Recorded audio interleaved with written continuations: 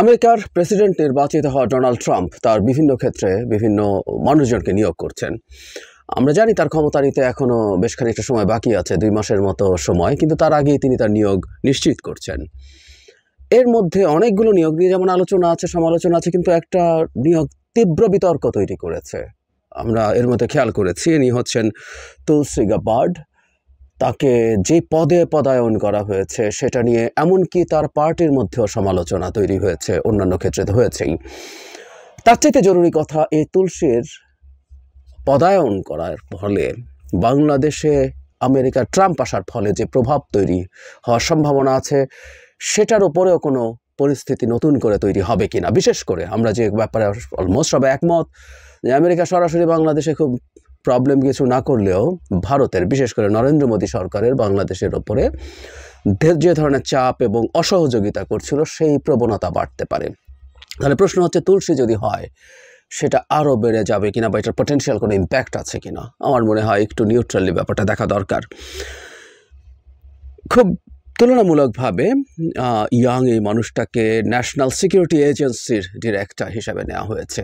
মানে তার বয়স 43, কিছুটা মিলিটারিতে কাজ করার অভিজ্ঞতা আছে, কংগ্রেসের সদস্য ছিলেন, ইন্টারেস্টিং পলিটিক্যাল ব্যাকগ্রাউন্ড আছে। উনি এই অল্প কিছুদিন আগে মাত্র রিপাবলিকান পার্টিতে জয়েন করেছেন, which is really very surprising. এর মধ্যে এত দ্রুত এত উপরে উঠে গেছেন তিনি প্রাইমারি হয়েছিল যখন বাইডেনের সাথে প্রথম বার্নি স্যান্ডার্সের পক্ষ হয়ে তিনি কাজ করেছেন, এমনকি নির্বাচন প্রার্থীও হতে চেয়েছিলেন। যাই হোক, সেই গাবার্ড পরে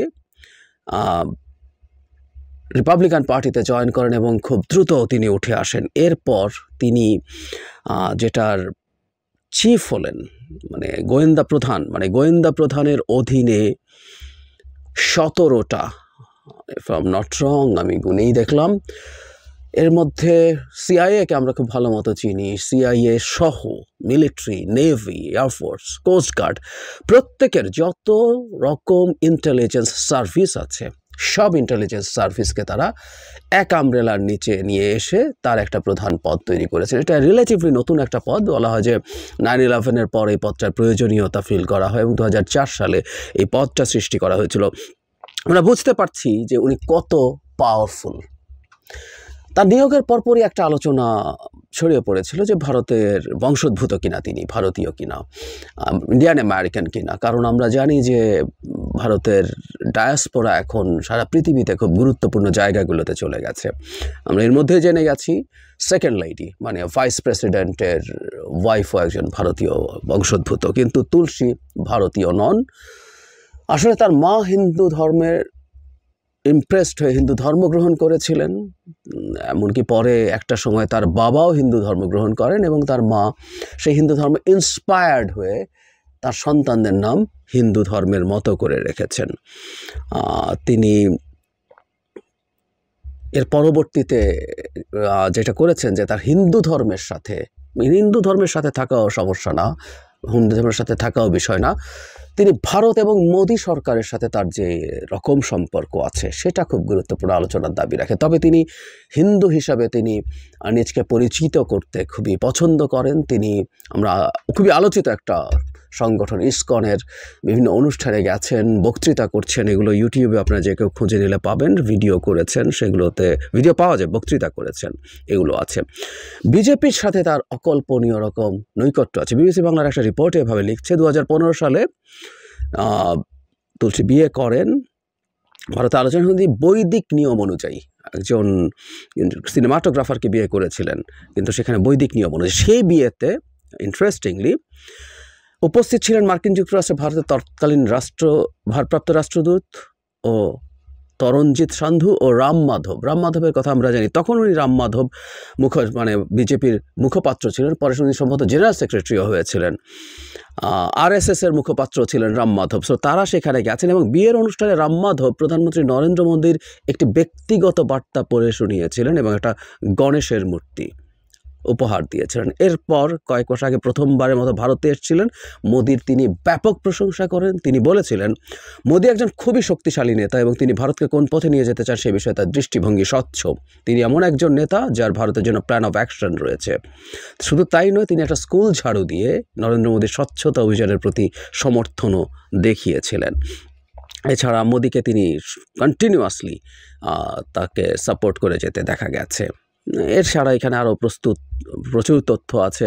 মানে 2014 সাল থেকে প্রধানমন্ত্রী নরেন্দ্র মোদীকে সমর্থন করে আসছেন মিস গাবার্ড। 2002 সালের গুজরাট দাঙ্গাকে কেন্দ্র করে যখন মার্কিন সরকার তৎকালীন গুজরাটের মুখ্যমন্ত্রী নরেন্দ্র মোদীকে ভিসা দিতে অস্বীকার করেছিল, সরকারের সেই সিদ্ধান্তে সমালোচনায় মুখর কয়েকজন নেতাদের মধ্যে তুলসী গাবার্ডও ছিলেন। আমরা বুঝতে পারছি তাহলে তাদের নেক্সাস আগে থেকেই আছে, আমরা এটাকে নেক্সাস হিসাবে বলতে পারবো। তিনি অনেক কথাবার্তা বলেছেন। এর মধ্যে আমি হিন্দু পরিচয় নিয়ে তার ক্রমাগত কথাবার্তা আছে, এখানে খুব বিস্তারিত রিপোর্ট, আমি রিপোর্টটা মন্তব্যে দিয়ে দেবো, আপনারা একটু পড়বেন। এখানে একটা জায়গায় হচ্ছে কাশ্মীর, পাকিস্তান ও বাংলাদেশ নিয়ে মন্তব্য। 2021 সালে দুর্গাপূজার সময় যখন হামলা হয়েছিল তখন তিনি তার এক্স হ্যান্ডেলে খুবই কঠোরভাবে লিখেছিলেন, বাংলাদেশের মন্দিরে ভগবানের ভক্তদের বিরুদ্ধে আমার ঘৃণা ও সহিংসতা দেখে আমার মন ভেঙে গিয়েছে। জিহাদিদের এই বিশ্বাস যে মন্দির ও মূর্তি জ্বালিয়ে দেওয়া এবং নষ্ট করলে তাদের ঈশ্বর সন্তুষ্ট হবেন, আসলে দেখায় যে তারা ঈশ্বর থেকে কতটা দূরে। বাংলাদেশের তথাকথিত ধর্মনিরপেক্ষ সরকারের কাছে সময় এসেছে যে তারা হিন্দু, খ্রিস্টান ও বৌদ্ধ সমূহ সে দেশের ধর্মীয় সংখ্যালঘুদের ঘৃণার জিহাদি শক্তির হাত থেকে রক্ষা করুক। ক্রিটিসাইজ করতে পারেন না, কিন্তু ওই যে বললাম, ভারত যেমন বেছে বেছে শুধুমাত্র হিন্দুদের ব্যাপারে কনসার্ন দেখায়, আমাদের এই দেশে মুসলিমদের উপরে শেখ হাসিনা সরকার বহু কিছু করেছিল, গাবার্ড নিশ্চয় সেগুলো নিয়ে কথা বলেননি। এবং ন্যারেটিভের মধ্যে আছে জিহাদি, তার মানে বাংলাদেশে ঘটনাগুলো কেন ঘটছে, কিভাবে ঘটছে, তার চাইতে জরুরি কথা হচ্ছে বাংলাদেশে জিহাদিস্টরা আছে। The Indian propaganda was very much in her x status. তারপর তিনি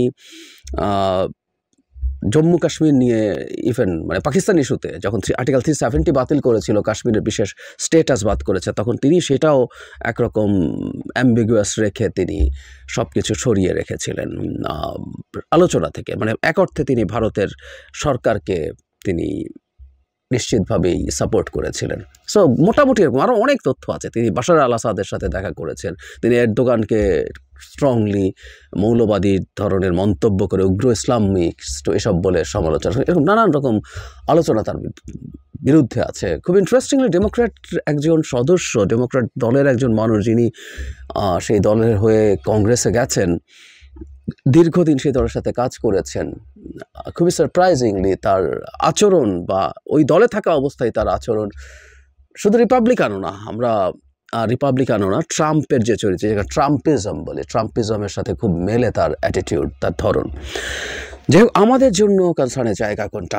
আমরা ট্রাম্প আসায় যে সংকটটা হওয়ার সম্ভাবনা আছে বলে মনে করি, এবং সেই সম্ভাবনা অনেক আছে সরকারকে ফেলে দেবে সেরকমও না, আবার এই সঙ্গে একেবারে কিছুই না। কেউ কেউ বলার চেষ্টা করছেন আমেরিকা স্টেটের পলিসি সব কিছু হবে। আম সরি, তারাও ভুল বলছেন। কারণ ট্রাম্পকে আগেও বলেছি, and try to remember that please, ট্রাম্পকে রিপাবলিকান প্রেসিডেন্ট হিসাবে দেখা ঠিক হবে না। ট্রাম্পের যে ধরন, যে ব্যক্তি ট্রাম্প যেভাবে দেশ চালান, সরকার চালান, যেটা আমরা আগে দেখেছি, মানে উনি কী করবেন এই আলোচনা করতে হবে না, উনি কী করেছেন আমরা জানি, সো ভবিষ্যতেও কী করতে পারেন আমরা ধারণা করতে পারি যৌক্তিকভাবে। ট্রাম্পিজম বলে এটাকে। সুতরাং আমরা সমস্যায় পড়ব। এবং তুলসী গাবার্ডকে যখন এখানে দেওয়া হচ্ছে, বিশেষ করে গোয়েন্দা সংস্থাগুলোর প্রধান, অত্যন্ত পাওয়ারফুল একটা পজিশন তাকে দেওয়া হয়েছে, অত্যন্ত পাওয়ারফুল। এমনকি এই আলোচনা আছে যে তার যে প্রোফাইল, তার এই ব্যাপারে কাজ করার যে অভিজ্ঞতা, সেটাও যথেষ্ট সাপোর্টেড না। সুতরাং এই ধারণা করার যুক্তি আছে যে এটা কি কোনো রকম কোনো লবিংয়ের ফল, এটা কি কোনোভাবে, উনি অবশ্যই গুরুত্বপূর্ণ জায়গায় ছিলেন, কিন্তু এটাও কি কোনো ধরনের সিগন্যাল ট্রাম্প দিচ্ছেন আর কাউকে? ট্রাম্পের সাথে মোদিরও সম্পর্ক খুব চমৎকার আছে, এবং ইনি তো একেবারে বিজেপি সদস্য বলেই ফেলা যায় যদি আমরা খুব বেশি ভদ্রতা না করি। এবং উনি একজন হিন্দুত্ববাদী, হিন্দু হয় সমস্যা নেই, হিন্দু হয় কোনো সমস্যা নেই, হিন্দু একটা ধর্ম, কিন্তু হিন্দুত্ববাদ, ইহুদি হওয়ার ইহুদিবাদ, জায়নিজম একই জিনিস না, সেই রকমই ব্যাপার। সো ওনাকে তার সোফার যত ডকুমেন্ট আমাদের সামনে আছে হিন্দুত্ববাদীদের মতো কথা বলেন তিনি, এবং খুবই ভেরি মাচ অ্যালাইন্ড। এবং এখন না, অনেক আগে থেকেই মোদির সাথে এই যে তার বিয়ের সময় থেকে এতটা গুরুত্ব দিয়ে ভারত তার সাথে যোগাযোগ এবং সম্পর্ক রক্ষা করেছে, তাতে বোঝা যায় যে এর সাথে ভারতের ইন্টারেস্টের খুব গুরুত্বপূর্ণ যোগাযোগ আছে। এখন আমেরিকার সবগুলো গোয়েন্দা সংস্থার যিনি প্রধান, তার এই সমর্থন এবং মোদিকে তার ব্ল্যাঙ্ক চেক দেওয়ার যে টেন্ডেন্সি আগে ইনি দেখিয়েছেন, তাতে পাল্টে যাওয়ার কথা এমন কোনো মেজর কারণ নেই।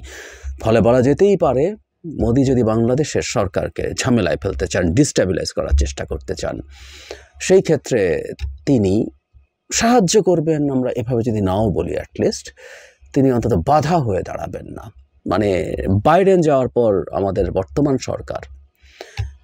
সরকার এই কারণে বলছি, ভবিষ্যৎ সরকার কেউ যে খুব শান্তিতে থাকতে দেবে তা বলছি না, কিন্তু বর্তমান সরকার যেহেতু ইলেকটোরাল ম্যান্ডেট নেই, মানুষের ভোটে নির্বাচিত নন, এবং যেহেতু তার প্রচুর সংগঠন নেই মাঠে, তাকে ঝামেলায় ফেলা তুলনামূলকভাবে সহজ। এবং কেউ প্রশ্ন করতেও পারে যে উনি কতটুকু এথিক্যালি পাওয়ারে আছেন। তো সেই সম্ভাবনা বাড়বে, আরও বাড়বে আমি মনে করি। এবং তুলসী গাবার্ডের যে নিয়োগটা, এটাকে হালকা করে দেখা মোটেও ঠিক হবে না। এবং শুধু এই সরকার না, ভবিষ্যতে যে কোনো নির্বাচিত সরকারও, যেটাই আসুক না কেন, আদার দেন আওয়ামী লীগ, তারা আওয়ামী লীগের ফেভারে সেই সরকারের সাথে ঝামেলা করা আর সেই সরকারকে ডিস্টেবিলাইজ করার চেষ্টা থেকে ভারত সরে আসবে, আমরা সেটা মনে না করাই উচিত হবে। সুতরাং বর্তমান সরকারকে এই নিয়োগের পর এবং ওই সরকারে যারা নিয়োগপ্রাপ্ত হচ্ছেন, আমি আগে আরেক দিন যিনি তার সাথে ফাইট করার চেষ্টা করেছিলেন, প্রাথমিকভাবে প্রাইমারিতে গিয়েছিলেন, বিবেক রামস্বামী,